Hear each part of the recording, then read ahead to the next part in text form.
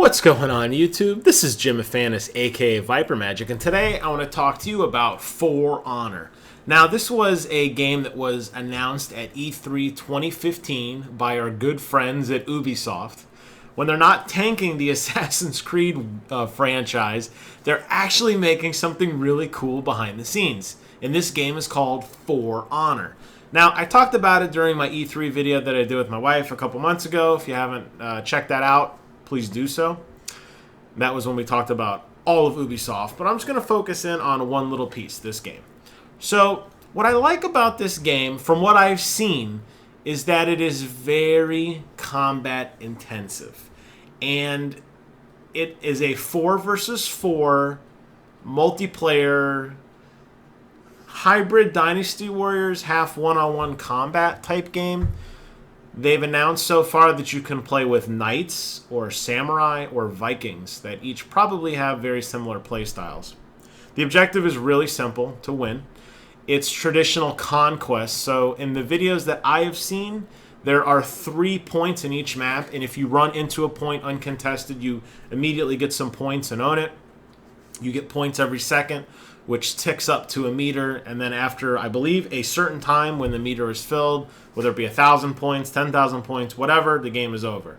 However, at certain points, when all of the control points are owned, when certain moments in the game, you get this thing called the break mode. And again, this is all pre-alpha stuff, so this is all subject to change, but I love the concept. This break mode basically means that when you kill an enemy, when you own all 3 points, they stay dead for the rest of the match. So think like Counter-Strike rules. So obviously you're at a disadvantage, and that's where the tide of battle can change very quickly. So when you're on these one-on-one combats, it really comes down to a game of rock, paper, scissors from what I have seen.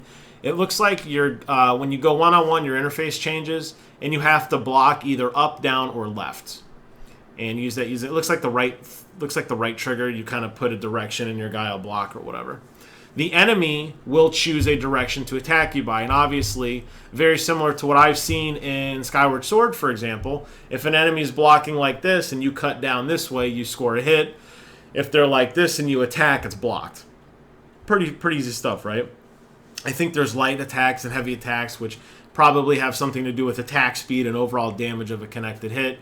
If you block too much and you miss, you can get staggered. If you block too much and you continuously block, I think you hurt the enemy and have them stagger. So, again, there's this rock, paper, scissors game that's constantly going on during combat.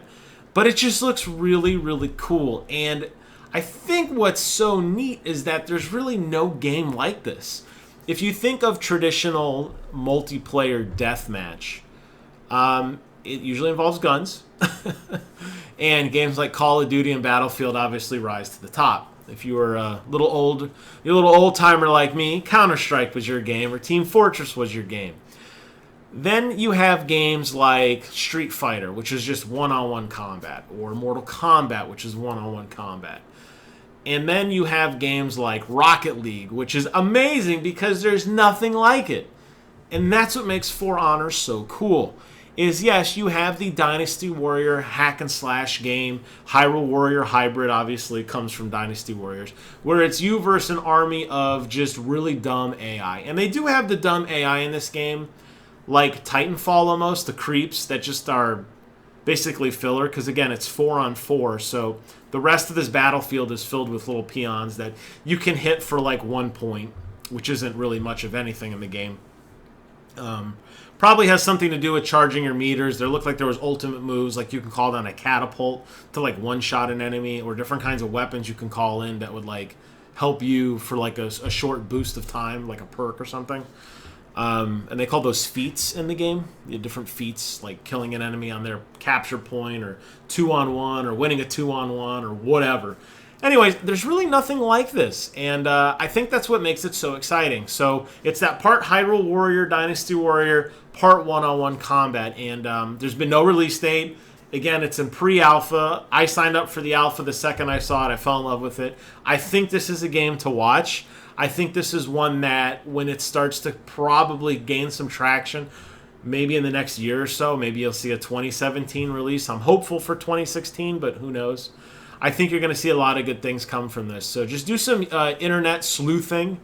There's some GamesCom footage out there. They're still really kind of strict since it's pre-alpha, so there's not really a lot out there to see. It's only the knights right now sieging a castle. But it'll just give you a sense for kind of the game. And I don't know where they can go with it in terms of story. I don't think there's going to be much there. So my friends who are really into story may be disappointed. I just like the idea that it's just this kind of ruthless combat that really puts you in a place that not a lot of games do.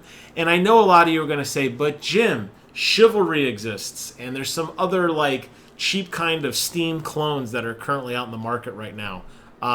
War of the Roses is a perfect example of that. And I do play War of the Roses from time to time, and it is that first-person kind of combat-y game where you do have your attacks and you have your archers, and it is a lot of fun, but it's not really done that well. Let's be honest. It never really gained a lot of traction. Graphics are okay, but the combat's weird. You hold down your left mouse button to bring your sword way up over your head, and then you run at people, and then whoosh. And it is fun, but it's just not done well. There's not that finesse control that I think For Honor is going to bring us. So, anyways, check it out. If you haven't already looked it up, look it up. It's one to watch on your radar.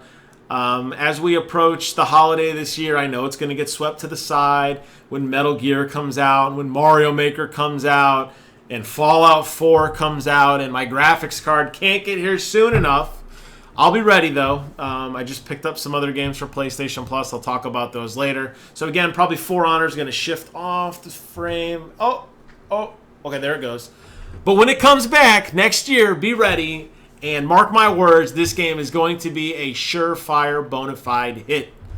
I have a feeling Ubisoft's next big game is going to be this. Thanks for watching. Please do me a favor. Comment, rate, subscribe. Let me know what you guys think about For Honor and any other cool kind of games out there that are similar to For Honor that can scratch that itch for me while I wait. And don't tell me Chivalry and don't tell me War of the Roses because I already have both of them. Thanks for watching, and until next time, I will see you guys on the other side.